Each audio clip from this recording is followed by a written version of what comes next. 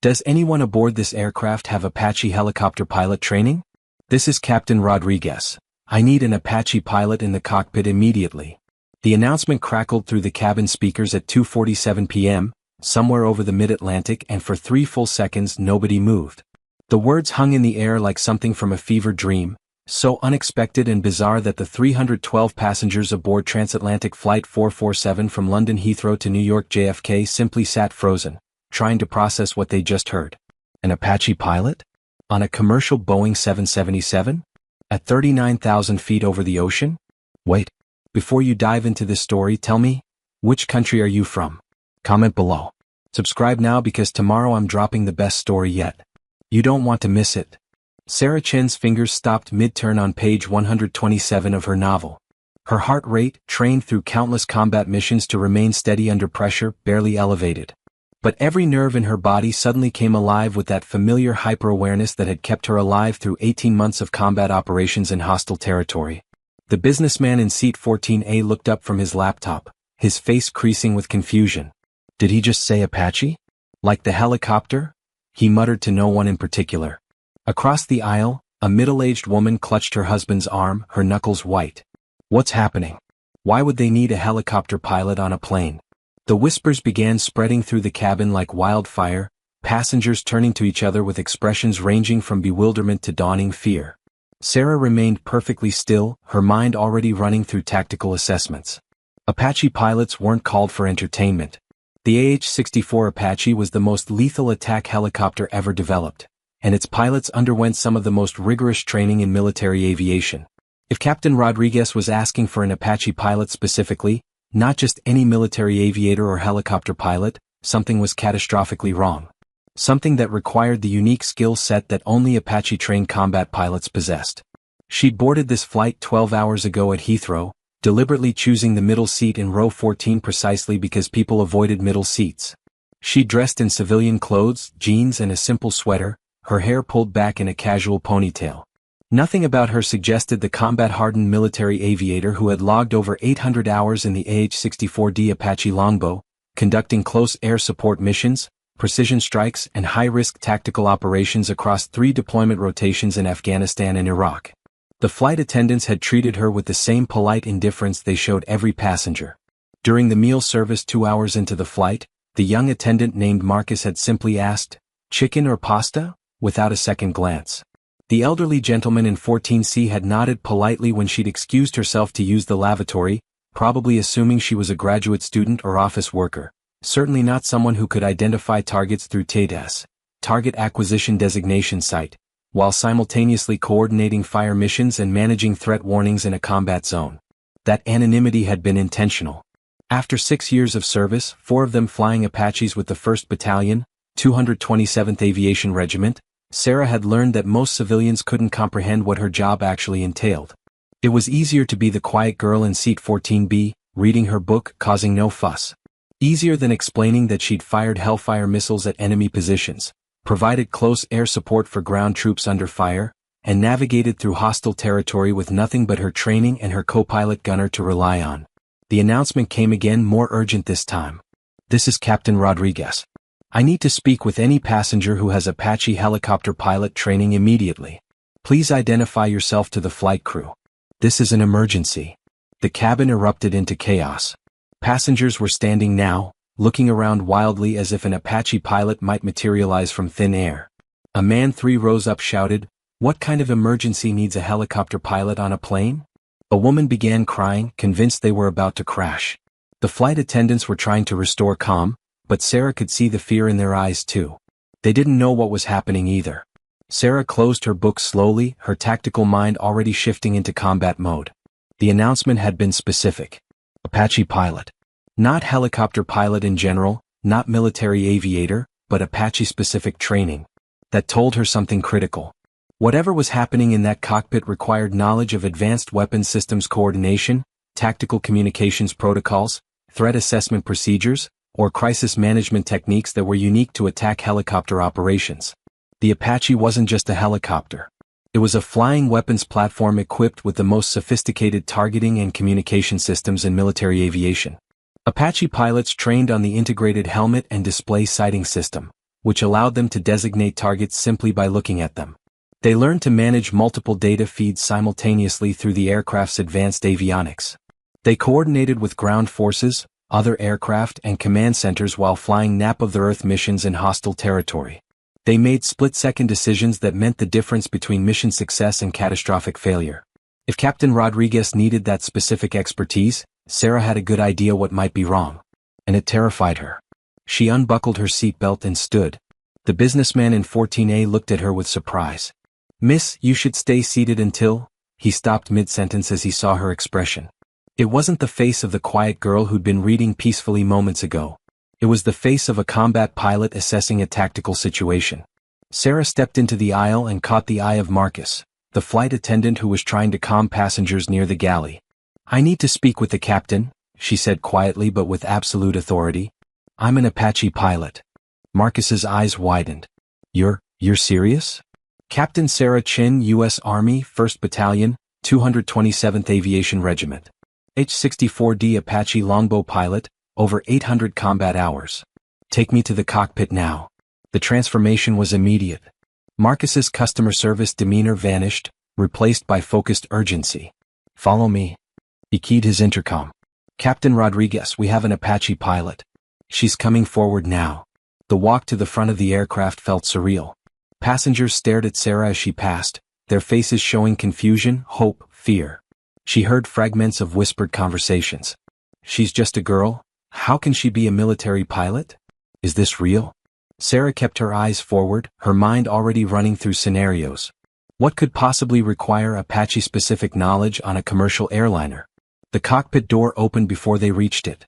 A flight attendant Sarah hadn't seen before, an older woman with silver hair and captain's wings on her blazer, stood in the doorway. Her face was pale, her professional composure barely maintained. "You're the Apache pilot?" "Captain Sarah Chin, U.S. Army Aviation." The woman's relief was palpable. "I'm Senior Flight Attendant Patricia Coleman. Captain Rodriguez needs you immediately." She stepped aside and Sarah entered the cockpit. The scene that greeted her was controlled chaos. Captain Rodriguez sat in the left seat, his face drawn and sweating despite the cool cockpit temperature. The first officer's seat was empty, but Sarah could see a man lying on the floor behind it. Another flight attendant crouched beside him performing chest compressions. The first officer. Incapacitated or worse. But that wasn't what made Sarah's blood run cold. It was the tactical display screen that had been pulled up on one of the multifunction displays, showing a military data link interface that absolutely should not exist on a civilian aircraft. And the coded threat warning flashing in the corner of the screen, using the exact symbology she'd seen countless times in her Apache's cockpit. Captain Rodriguez turned to her, and Sarah saw recognition in his eyes. Not of her personally, but of what she represented. "Captain Chin, thank God. I'm Miguel Rodriguez, former U.S. Air Force, flew A-10 Warthogs before transitioning to commercial aviation. I need you to understand something right now. This aircraft has been retrofitted with military-grade communication and threat detection systems as part of a classified defense program I was briefed on exactly once, 6 months ago, in case of this exact scenario." Sarah's tactical training kicked in instantly. "What's the threat?" Rodriguez brought up another display. 47 minutes ago, we received a classified military data link transmission. There's a surface-to-air missile threat somewhere in the North Atlantic. A rogue vessel, possibly terrorist-controlled, with military-grade SAM systems. They've already fired on 2 aircraft. One went down 30 minutes ago. The other evaded and made emergency landing in Iceland. Sarah felt her combat instincts sharpen. "And we're in their engagement envelope." "Exactly. But here's the problem. The threat data is coming through on a tactical network that uses Apache-specific encryption and symbology. The civilian interface can't properly decode it. I can see there's a threat, but I can't interpret the tactical picture. The fire control data, the threat rings, the engagement zones, it's all in Apache pilot format because that's what the original defense contractor based the system on." Sarah moved to the first officer station, her eyes scanning the display. There it was. The familiar TIA symbology she'd lived with for years. Threat rings displayed in kilometers, not nautical miles. Engagement envelopes shown in the exact format she'd used to assess SAM threats in combat. Fire control solutions presented in the same tactical display she'd used to coordinate strikes with ground forces. "I see it," she said quietly. The situation was worse than she'd thought. The threat data showed a mobile SAM system with a significant engagement envelope, and Flight 447 was currently on a trajectory that would take them directly through the outer edge of that envelope in approximately 32 minutes. The missile system appeared to be on a vessel showing intermittent radar returns, making its exact position difficult to pinpoint. Rodriguez's voice was tight with stress. The Air Force is scrambling fighters, but they're at least 90 minutes out.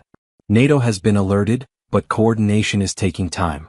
Meanwhile, we've got 312 souls on this aircraft, we're over the Atlantic with limited diversion options, and I need to make tactical decisions based on threat data I can't properly interpret. That's why I need you. You can read this tactical picture. You know how to assess SAM threat envelopes. You know how to coordinate with military assets. You've done this under fire. Sarah's mind was already working through the tactical problem.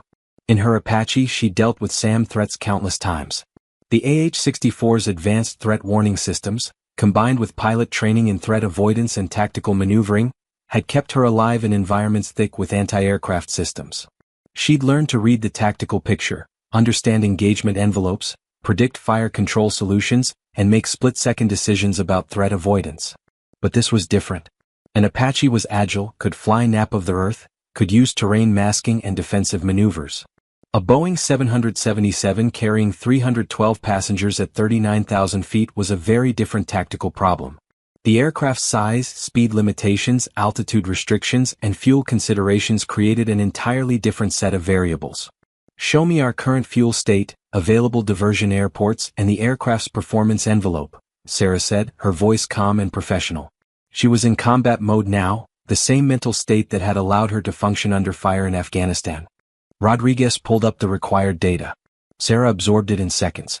They had enough fuel for approximately 4 more hours at current consumption, with several potential diversion airports available, but each option came with its own tactical considerations. Turning back to the UK would take them through a different section of the threat envelope. Diverting to Iceland or Greenland would require altitude and course changes that might expose them to the SAM system at different engagement angles. Continuing to New York meant potentially flying directly through the threat zone. What's the status on military coordination? Sarah asked. Patchy, Rodriguez admitted. We're on a secure military frequency, but communication is intermittent. The encryption system keeps cycling, and I think it's trying to sync with Apache data link protocols that I don't have the authentication for. Sarah understood immediately. The Apache's data link system used rotating encryption keys and specific authentication protocols. If the aircraft's defensive system was trying to interface with military assets using Apache-specific protocols, it would be looking for authentication that Rodriguez couldn't provide. But Sarah could. I need access to the communication system, she said. I have my military authentication codes. If I can properly interface with the data link, we can get clear tactical coordination with the military assets responding to this threat. Rodriguez didn't hesitate. Do it. What do you need? Sarah pulled up the communication interface. It was indeed based on Apache systems, probably extracted from the AH-64Ds and /APX 100 identification friend or foe system and the tactical data link. She recognized the authentication prompts immediately. Drawing on her training, she began entering her pilot authentication codes, her tactical call sign, and her unit identifiers. The system responded immediately. The encrypted data link stabilized, and suddenly the tactical picture became crystal clear. Sarah could see not just the threat vessel but also the responding military assets. 2 F-15 fighters were en route from a U.S. Air Force base in the UK, currently 480 nautical miles away. A Navy destroyer had altered course and was moving to intercept the threat vessel, but it was still hours away. And there was an E-3 Sentry AWACS aircraft providing airborne control and coordination. Sarah keyed the secure communication channel, using the tactical radio procedures that were second nature to her. Sentry Alpha 3, this is Army Apache pilot Captain Sarah Chin, currently aboard civilian flight Transatlantic 447. I have authentication and can provide tactical coordination. Request immediate situation update and coordination authority. The response came back immediately, the AWACS controller's voice professional and focused. Captain Chin, Sentry Alpha 3 confirms authentication. Be advised you are currently the highest-ranking military aviator in the tactical area with proper system access. You are authorized for tactical coordination. Threat vessel designated Hostile 1 is a rogue cargo ship with confirmed SA-15 Gauntlet SAM system. Vessel has already engaged 2 civilian aircraft. You are currently projected to enter outer engagement envelope in 28 minutes at current heading and altitude. SA-15 Gauntlet. Sarah's combat experience immediately provided the relevant data. The SA-15 was a mobile, short to medium-range surface-to-air missile system, capable of engaging targets up to approximately 12 kilometers altitude and 12 kilometers range. Fast missiles, good target tracking, difficult to evade in a large aircraft. In her Apache, she could have used terrain masking and defensive maneuvers. In a Boeing 777, her options were severely limited. Sentry Alpha 3, what are my tactical options? Sarah asked. Captain Shin, we're working on 3 courses of action. First, the fighters are attempting to reach and neutralize the threat before you enter the envelope, but their ETA puts this timeline very tight. Second, we can attempt electronic countermeasures from the E-3, but effectiveness against the SA-15's fire control radar is uncertain for a target as large as a 777. Third, you can alter course and altitude to minimize time in the engagement envelope, but all diversion routes still require some exposure. Sarah's mind raced through the tactical calculus. She turned to Rodriguez. I need your input as aircraft commander. I can provide the tactical picture and military coordination, but you know this aircraft's capabilities better than I do. Here's the situation. We're facing an SA-15 SAM system. It can engage us up to about 40,000 feet and 12 kilometers range. We need to either avoid the engagement envelope entirely, minimize our time in it, or have the threat neutralized before we get there. Rodriguez's expression was grim. What are our realistic options? Sarah pulled up the tactical display and overlaid possible course changes. Option 1. We make an immediate hard turn to the north, maximum rate. This takes us on a course toward Iceland, adds about 40 minutes to the flight, but keeps us on the very edge of the engagement envelope for only about 6 minutes. The SA-15 would have a marginal firing solution at that range, but it's not zero risk. She highlighted another route. Option 2. We begin an emergency descent and course change to the east, back toward the UK. We drop to 25,000 feet, which puts us below the SA-15's optimal engagement altitude, and we stay lower and faster. This significantly reduces the engagement envelope, but we burn more fuel and potentially face weather issues at that altitude. Rodriguez studied the options. What's option 3? Option 3 is we trust the F-15s to reach and neutralize the threat before we enter the envelope.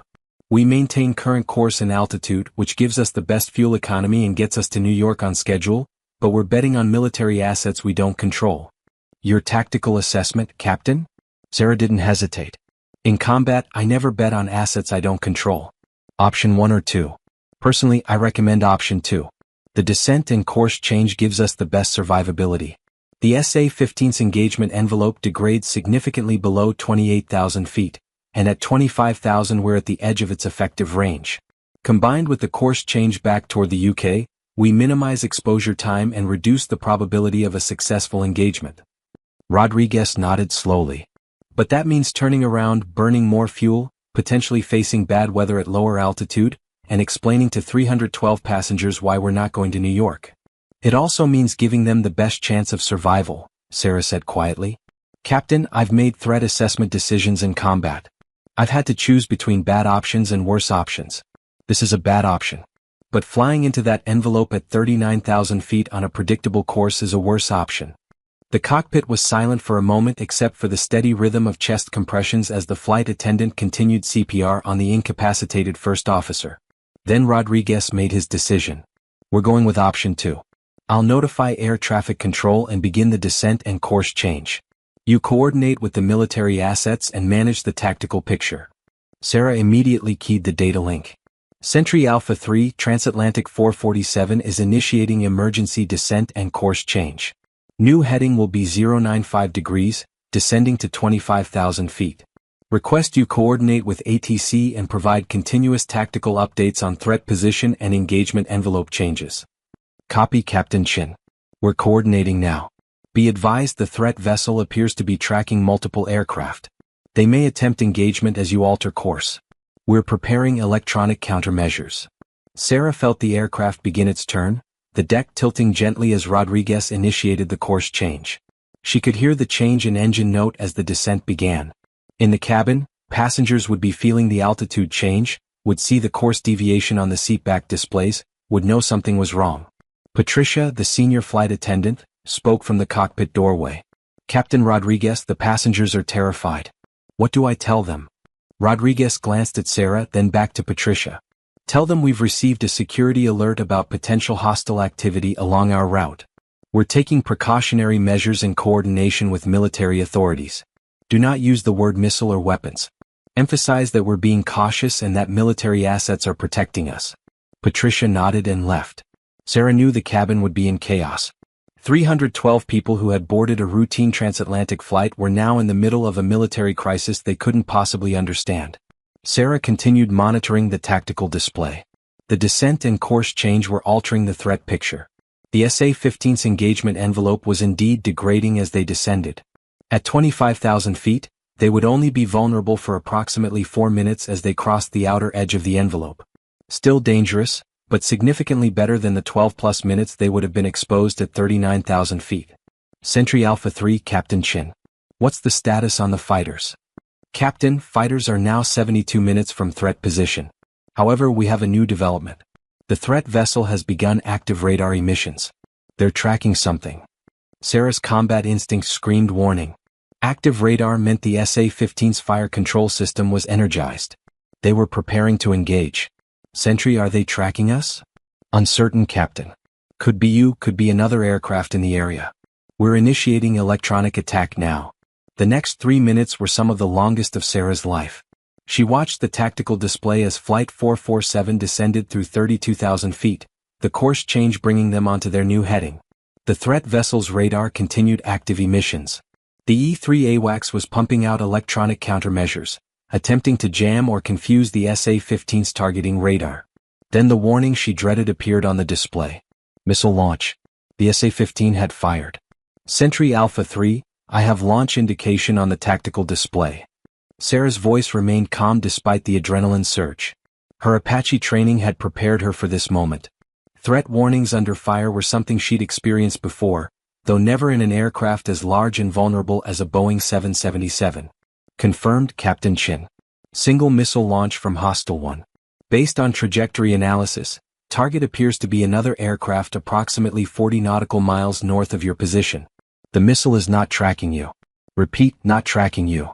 Sarah felt relief flood through her, immediately followed by horror for whoever that other aircraft was. Sentry, what aircraft is being engaged?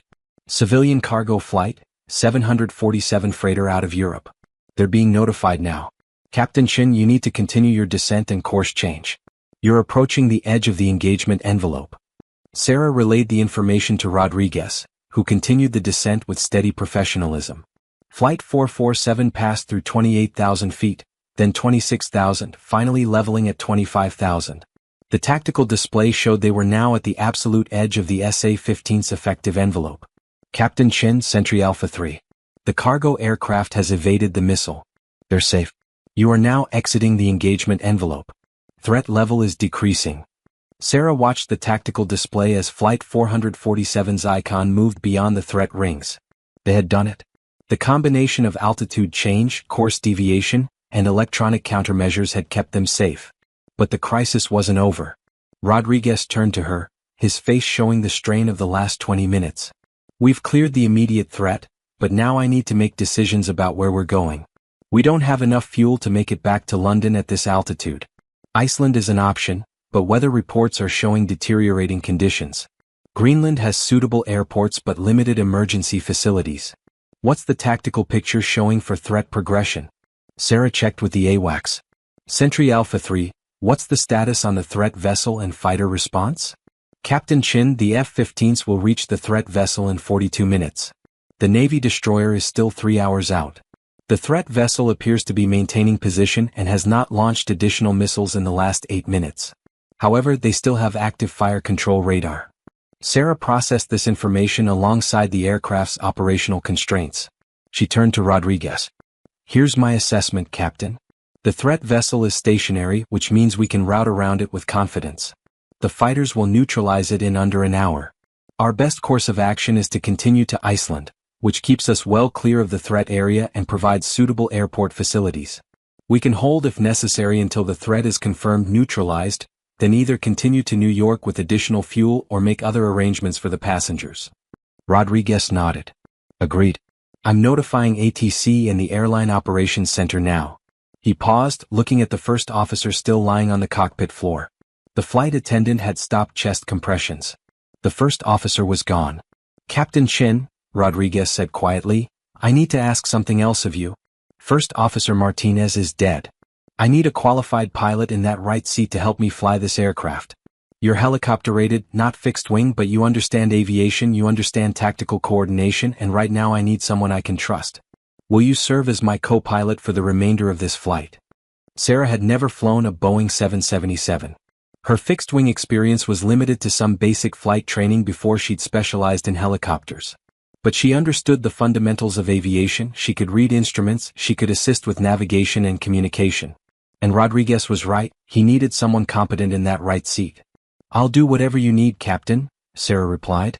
But I need to be clear, I'm not qualified or type-rated on this aircraft. I can assist, but you're the pilot flying. Understood. Right now, I just need a competent aviator who can help me manage this situation. Sarah moved to the first officer's seat as the flight attendants carefully removed Martinez's body from the cockpit. She strapped in and began familiarizing herself with the instrument panel. Many of the basics were universal: airspeed indicators, altimeters, attitude indicators, navigation displays. The Boeing systems were vastly more complex than anything in an Apache cockpit, but the fundamental principles of flight remained the same. Over the next 30 minutes, Sarah helped Rodriguez coordinate the flight to Iceland. She managed communications with the military assets, providing continuous updates on the tactical situation. The AWACS confirmed that the F-15 fighters had reached the threat vessel and were preparing to engage. Then came the report Sarah had been waiting for. Captain Chin, Sentry Alpha 3. The F-15s have successfully neutralized the threat vessel. Hostile 1 has been destroyed. The threat to civilian aviation has been eliminated. Sarah allowed herself a moment of relief before relaying the information to Rodriguez and requesting he make an announcement to the passengers. The cabin needed to know they were safe. Rodriguez keyed the PA system. Ladies and gentlemen, this is Captain Rodriguez. I can now inform you that the security threat we were responding to has been eliminated by U.S. military aircraft. We are safe. We will be landing in Reykjavik, Iceland, in approximately 45 minutes, where arrangements will be made for your continued travel. I want to thank you for your patience and cooperation during this difficult situation. The cockpit was quiet for a moment. Then Rodriguez turned to Sarah. Captain Chin, I don't think those passengers understand that the quiet girl in seat 14B just saved their lives. Your tactical expertise, your ability to read that threat picture, your coordination with military assets. Without that, we would have flown straight into that engagement envelope at 39,000 feet. We'd be dead. Sarah shook her head slightly. You made the decisions, Captain. I just provided the tactical assessment. You provided a hell of a lot more than that, Rodriguez replied. You brought combat experience to a situation that would have overwhelmed any civilian pilot. That's not something that can be taught in an airline training program. That comes from being under fire, from making life and death decisions in an Apache cockpit over hostile territory. As Flight 447 began its descent into Reykjavik, Sarah reflected on the surreal nature of the last hour. She'd boarded this flight as an anonymous passenger, deliberately maintaining the comfortable fiction that she was just another civilian traveler. The crew had served her meals without knowing she was a combat veteran. Her fellow passengers had respected her quiet demeanor without realizing she'd flown one of the most lethal aircraft ever developed. But when Captain Rodriguez had made that desperate announcement, "Any Apache pilots here?" everything had changed. Her hidden expertise, her tactical training, her combat experience, had suddenly become the difference between survival and catastrophe for 312 souls. The landing in Reykjavik was smooth despite the challenging weather conditions. Emergency vehicles stood ready, but they weren't needed. As the aircraft taxied to the gate, Sarah could see military vehicles and officials waiting. The classified nature of the defensive system aboard this aircraft meant extensive debriefings were coming. As the engine spooled down and the seatbelt sign turned off, Patricia appeared in the cockpit doorway. Captain Chin, there are some very serious-looking military officers who want to speak with you. Also, the passengers, they're asking about you. Word has spread about what happened. They want to know who you are. Sarah unbuckled and stood, her legs slightly unsteady after the adrenaline of the last hour. Tell them I'm just a passenger who was able to help. Captain, They deserve to know that the quiet girl from seat 14B was actually a combat-decorated Apache pilot who saved their lives, Rodriguez said firmly. You don't get to be anonymous after this. Sarah walked through the aircraft toward the exit. Passengers stared at her with expressions of awe, gratitude, and disbelief. Some were crying. Others tried to thank her, but she simply nodded and kept walking. The businessman from seat 14A stood as she passed. I thought you were just... I never imagined. He couldn't finish the sentence. At the aircraft door, Sarah paused and turned back to look at the cabin one final time. 312 people from dozens of countries, representing countless backgrounds and stories, all alive because a specialized military training program had taught her how to read tactical displays, assess threat envelopes, and coordinate under pressure. As she stepped off the aircraft, a U.S. Air Force colonel approached her, accompanied by military police and intelligence officers. Captain Chin, I'm Colonel Williams, U.S. Air Force Special Operations. I need you to come with me for debriefing. What happened on that aircraft today is classified at the highest levels. The defensive systems, the tactical coordination, all of it is part of a program that officially doesn't exist. Sarah nodded. She understood operational security. I'm ready, Colonel. But as she walked across the tarmac toward the waiting military vehicles, Sarah heard something that made her stop. Applause. She turned to see the passengers deplaning, and many of them had stopped to clap, some cheering, some still crying. The flight attendants were applauding too. Even the ground crew had stopped their work to acknowledge what had happened. Captain Rodriguez appeared at the aircraft door, standing at attention, and rendered a crisp salute. Sarah, in her civilian clothes, instinctively returned it. 6 hours later, after extensive debriefing, Sarah sat in a military facility in Iceland, a cup of coffee growing cold in front of her. Colonel Williams sat across from her, his expression a mixture of professional assessment and genuine respect. Captain Chin, your actions today will likely never be publicly acknowledged. The defensive system aboard that aircraft, the coordination protocols, the tactical capabilities, all of it remains classified. You'll sign documents that prevent you from discussing this incident in detail. The passengers will be told a sanitized version of events. The media will report it as a security incident that was successfully resolved. Your role will be buried in classified files. Sarah had expected this. I understand, Colonel. But I want you to know something, Williams continued. Your training as an Apache pilot, the tactical expertise you developed in combat, the crisis management skills you honed under fire, today proved why we invest so heavily in that training. You didn't just save 312 lives today. You validated an entire approach to integrated defense. The program that put those systems on civilian aircraft was controversial. Critics said civilian pilots couldn't effectively use military-grade tactical systems. You proved them wrong. I just did what I was trained to do, sir, Sarah replied. Williams smiled slightly. That's exactly the point, Captain. Your training prepared you for the impossible. When Captain Rodriguez asked if there was an Apache pilot aboard, he was asking for a very specific type of expertise. Advanced weapons system coordination, tactical communication protocols, threat assessment under pressure, crisis management in combat conditions. Not every military pilot has that training. Certainly no civilian pilot does. But Apache pilots do. And today that made all the difference. Later that evening, Sarah was finally alone in a military quarters room. She pulled out her phone and saw dozens of messages from fellow Apache pilots who'd heard rumors about the incident. Her former commander had sent a simple text. Heard you had an interesting flight. Well done. Sarah thought about the journey that had led her to seat 14B on Flight 447. The grueling training at Fort Rucker, Alabama, where she'd learned to fly the most complex helicopter in the world. The countless hours in simulators, mastering the Apache's weapons systems, navigation, and tactical procedures. The deployment briefings where she'd studied threat systems, engagement envelopes, and survival tactics. The combat missions where theory became reality, where she'd fired weapons in anger, where she'd made decisions that saved lives and took lives. All of that training, all of those experiences, had culminated in a moment when a civilian aircraft captain had desperately needed exactly the expertise she possessed. The quiet girl in seat 14B had turned out to be precisely the right person in precisely the right place at precisely the right time. 3 days later, Sarah boarded another flight back to the United States. This time she was in seat 8A, first class, courtesy of the airline's gratitude for her role in saving Flight 447. As the aircraft taxied for takeoff, the captain made an announcement. Ladies and gentlemen, this is Captain Thompson. I want to welcome aboard a very special passenger today. We have with us Captain Sarah Chin, who some of you may have heard about in the news regarding a recent security incident. Captain Chin, on behalf of the entire crew and all passengers, thank you for your service and your extraordinary courage. The cabin erupted in applause.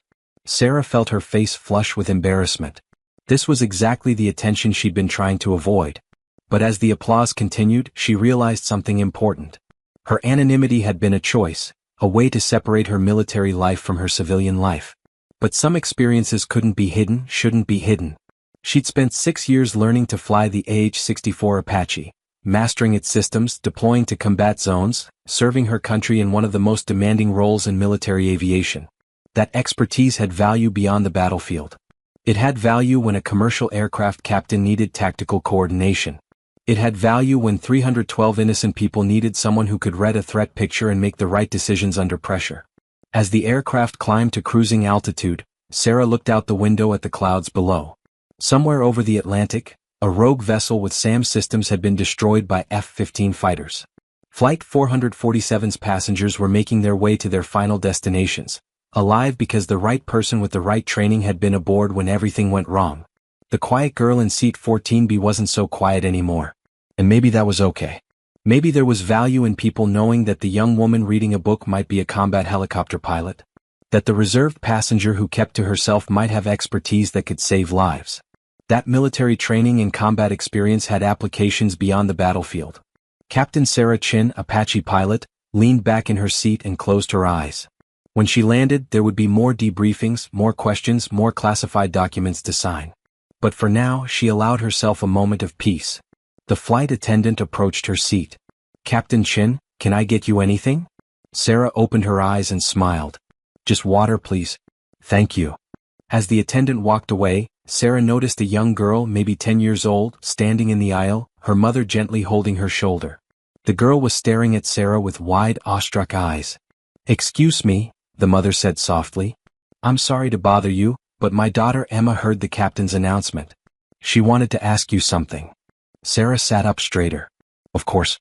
What is it, Emma? The girl's voice was small but determined. Are you really a helicopter pilot? Like a military one? Yes, I am, Sarah replied. I fly Apache helicopters for the U.S. Army. Emma's eyes grew even wider. That's so cool. I want to be a pilot when I grow up. But some kids at school say girls can't fly military helicopters. Sarah felt something shift in her chest. She leaned forward, meeting the girl's eyes directly. Emma, those kids are wrong. I've flown combat missions in one of the most advanced helicopters in the world. There are women flying fighter jets, transport aircraft, helicopters of all types. If you want to be a pilot, you can be. It takes hard work, dedication, and training, but you absolutely can do it. The girl's face lit up with a smile that could have powered the entire aircraft. Really? Really? Sarah confirmed. In fact, some of the best pilots I've ever flown with were women. We bring something important to military aviation: discipline, attention to detail, and the ability to stay calm under pressure. Don't let anyone tell you that you can't do something because you're a girl. Emma's mother had tears in her eyes. Thank you, she whispered. You have no idea what this means to her. To both of us. As they returned to their seats, Sarah felt a sense of purpose she hadn't experienced since leaving combat operations. Her role as an Apache pilot wasn't just about flying missions or engaging enemy targets. It was about representing possibility, about showing the next generation that barriers could be broken, that expertise came in unexpected packages. The remainder of the flight passed uneventfully, which Sarah found almost surreal after the chaos of Flight 447. When they landed at Joint Base Andrews instead of a civilian airport, another consequence of the classified nature of the incident, Sarah was met by a formal military escort. Major General Patricia Hawthorne, commander of Army Aviation, was waiting in the VIP lounge. She stood as Sarah entered, and Sarah immediately came to attention and saluted. At ease, Captain, Hawthorne said, returning the salute. Sit down. We need to talk.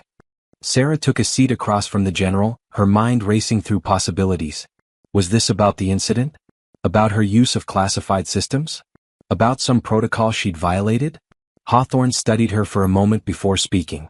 Captain Chin, what you did aboard Flight 447 has created quite a discussion at the highest levels of military and civilian aviation leadership. You interfaced with classified systems, coordinated military assets, made tactical decisions that saved hundreds of lives, all while technically being an off-duty passenger with no command authority over that situation. Sarah felt her stomach tighten. "Ma'am, I only did what I believed was necessary to." Hawthorne held up a hand. "I'm not criticizing, Captain. I'm explaining context. What you did was extraordinary. But it also revealed something important. We have these integrated defense systems on certain civilian aircraft, installed after classified threat assessments suggested that commercial aviation could become a target for sophisticated attacks. But we never seriously considered whether civilian pilots could effectively use military-grade tactical systems designed for attack helicopter pilots." The general pulled out a tablet and brought up a document. "This is a proposal that's been circulating in the Pentagon for 3 years. It's called the Civilian Aviation Defense Integration Program. The idea is to train select commercial pilots in basic military tactical procedures, just enough to interface with defensive systems if needed. It's been stuck in committee because nobody could prove it would work." Sarah began to understand where this was going. "You proved it works, Captain," Hawthorne continued. "But you also proved something else. The military expertise required isn't basic. It's advanced. It's the kind of tactical training that Apache pilots receive. The ability to read complex threat pictures, coordinate with military assets, make split-second decisions in combat-type scenarios. We need pilots like you involved in commercial aviation." "Ma'am, I'm not sure I understand what you're proposing," Sarah said carefully. Hawthorne leaned forward. "Captain Shin, how would you feel about being part of a new program? We're calling it the Aviation Tactical Integration Unit. It would be a joint military-civilian operation. Select Apache pilots, those with combat experience and tactical expertise, would be embedded with commercial airlines. Not as full-time commercial pilots, but as tactical advisors and emergency response specialists. You'd maintain your military status, continue your Apache qualifications, but you'd also be trained on commercial aircraft systems and integrated into airline operations." Sarah's mind reeled. "You want combat helicopter pilots flying commercial routes?" "Not exactly," Hawthorne clarified. "We want combat helicopter pilots available on commercial routes when needed. Think of it like air marshals, but instead of security threats, you'd be prepared for tactical aviation emergencies. The incident with Flight 447 won't be the last time a civilian aircraft faces a military-grade threat. Terrorism is evolving. State actors are becoming more aggressive. We need the capability to respond, and we need people with your exact skill set to provide that capability." Sarah thought about this carefully. It would mean a fundamental change in her career path. No longer just an Apache pilot focused on combat operations, but someone who bridged the gap between military and civilian aviation. "What about my unit, ma'am? My responsibilities with the 227th?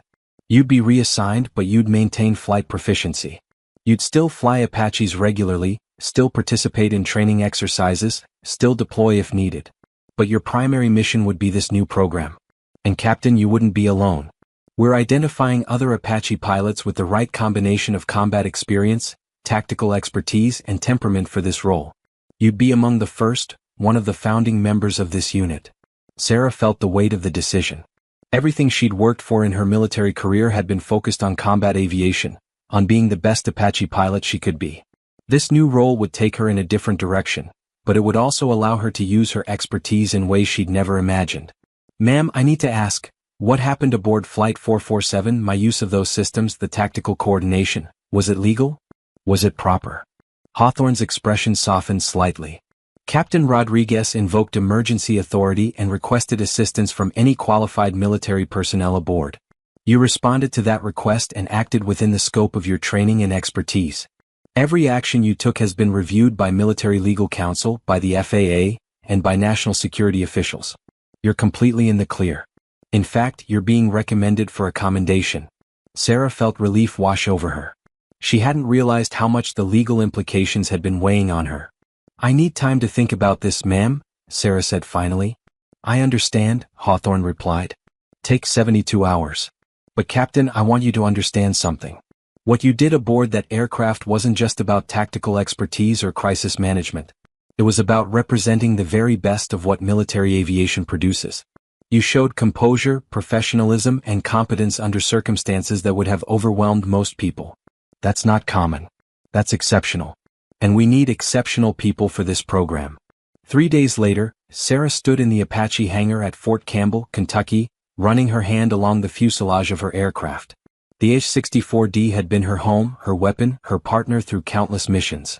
The thought of stepping away from full-time Apache operations was harder than she'd expected. Her former co-pilot and gunner, Chief Warrant Officer Marcus Rivera, approached from across the hangar. "So the rumors are true? You're leaving us for the airlines?" Sarah turned to him with a slight smile. "Not exactly leaving. And definitely not for the airlines in the traditional sense."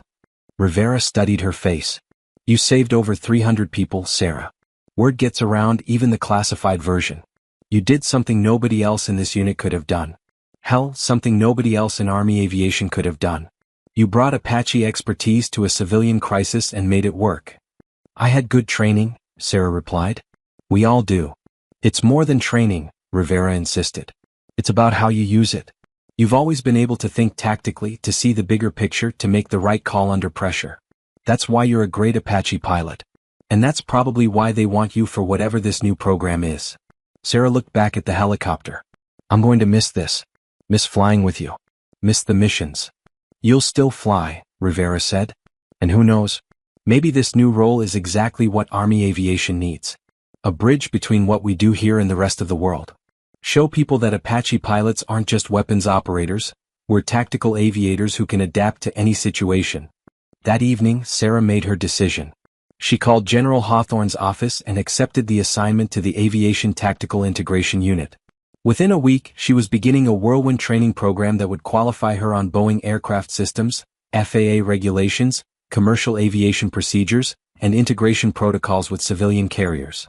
6 months later, Sarah stood in the cockpit of a transatlantic airlines Boeing 777, this time wearing a uniform that combined military rank insignia with commercial pilot credentials. She wasn't the pilot flying, she was the tactical aviation advisor, a new position that existed in the background of commercial operations, invisible to passengers but ready to provide expertise if needed. Captain Rodriguez was in the left seat. He'd volunteered to be among the first commercial pilots to work with the new program. He looked over at Sarah with a grin. "Feels different from seat 14B, doesn't it?" Sarah smiled. "Just a bit." As the aircraft pushed back from the gate for a routine flight to London, Sarah reflected on the journey. She'd gone from being the quiet girl in seat 14B to being a recognized tactical expert, from hiding her military background to representing it proudly, from being an anonymous passenger to being a pioneer in a program that could reshape aviation security. The irony wasn't lost on her. She'd spent years trying to maintain separation between her military life and civilian life, and now her career was built on integrating them. As Flight 873 climbed to cruising altitude, Sarah monitored the tactical displays that were now a routine part of her job. The system showed normal operations, no threats, no emergencies. Just another flight across the Atlantic. But she was ready. If Captain Rodriguez ever needed to make another desperate announcement, if another crisis emerged that required tactical expertise, if military-grade threats appeared on the horizon, Sarah was there. Not hiding in seat 14B, but standing ready in the cockpit, an Apache pilot who'd learned that her expertise had value far beyond the battlefield. The quiet girl in seat 14B had become something more. A bridge between worlds, a tactical expert in civilian airspace, a combat aviator protecting innocent lives in ways she'd never imagined when she first earned her wings. And as Sarah watched the sun set over the Atlantic, she knew she'd made the right choice. Her Apache training, her combat experience, her tactical expertise, all of it still mattered. It had just found a new mission, a new purpose, a new way to serve. 3 years later, the Aviation Tactical Integration Unit had expanded to include 32 Apache pilots working with major airlines worldwide. The program remained largely classified, but its impact was undeniable. 2 more incidents had been successfully managed by embedded tactical advisors, saving thousands of lives. Sarah had risen to lead the training program, personally selecting and preparing Apache pilots for this unique role. She still flew Apaches regularly, maintaining her combat edge, but her primary mission was ensuring that civilian aviation had access to military tactical expertise when it mattered most. She often thought about that moment when Captain Rodriguez's voice had crackled over the speakers. "Any Apache pilots here?" It had been the question that changed everything, the moment when her hidden expertise became the difference between life and death. Now, dozens of Apache pilots sat ready on commercial flights around the world, no longer hiding in seat 14B, but standing ready to bring their unique skills to bear whenever civilian aviation needed the tactical expertise that only combat helicopter pilots possessed. The quiet girl in seat 14B had started a revolution. She'd proven that the most unlikely expertise could emerge in the most unexpected moments. She'd shown that military training had applications far beyond the battlefield. And she demonstrated that sometimes, the person who saves your life is the one you never noticed, sitting quietly with a book, hiding capabilities that could mean the difference between survival and catastrophe. Sarah Chin, Apache pilot, tactical advisor, pioneer, she was no longer quiet, no longer hidden. She was exactly where she needed to be, doing exactly what she was meant to do, using her extraordinary training to protect ordinary people in their most vulnerable moments. And somewhere over the Atlantic, on countless flights every day, other Apache pilots sat ready, their tactical expertise invisible but present, their combat training dormant but prepared, their skills waiting for that moment when a captain's desperate voice might ask the question that would reveal the extraordinary person in the ordinary seat. The legacy of Seat 14B lived on, a reminder that expertise comes in unexpected packages, that the quiet passenger might be a warrior, and that the most important training reveals itself not on the battlefield, but in the moment when civilian lives depend on military excellence. Captain Sarah Chin had proven that Apache pilots could do more than fly attack helicopters. They could save the world, one commercial flight at a time, bringing tactical excellence to protect the innocent, using combat skills to ensure peace, and demonstrating that the warrior spirit serves just as nobly in a civilian cockpit as it does in a combat zone. The quiet girl in seat 14B had become a legend, not for hiding her expertise, but for revealing it when it mattered most. And in doing so, she created a new mission for Apache pilots everywhere, protecting the skies, one flight at a time, ready to answer when the desperate question comes, "Any Apache pilots here?" The answer would always be yes. They were there, trained and ready, bringing the tactical excellence of combat aviation to protect civilian lives. The legacy of Flight 447 and the quiet girl in seat 14B would ensure that no commercial aircraft would ever face a military threat alone again. Sarah's journey had come full circle. From hiding her expertise to championing it, from the quiet passenger to the tactical leader, from seat 14B to the cockpit, she had become the bridge between worlds that aviation security needed. And every time she heard a captain ask that question during training exercises, "Any Apache pilots here?" she smiled, knowing that the answer would echo across the skies, carried by the voices of dozens of combat-trained aviators ready to bring their extraordinary skills to protect ordinary people. The quiet girl in seat 14B had changed aviation forever, and her legacy would protect the skies for generations to come.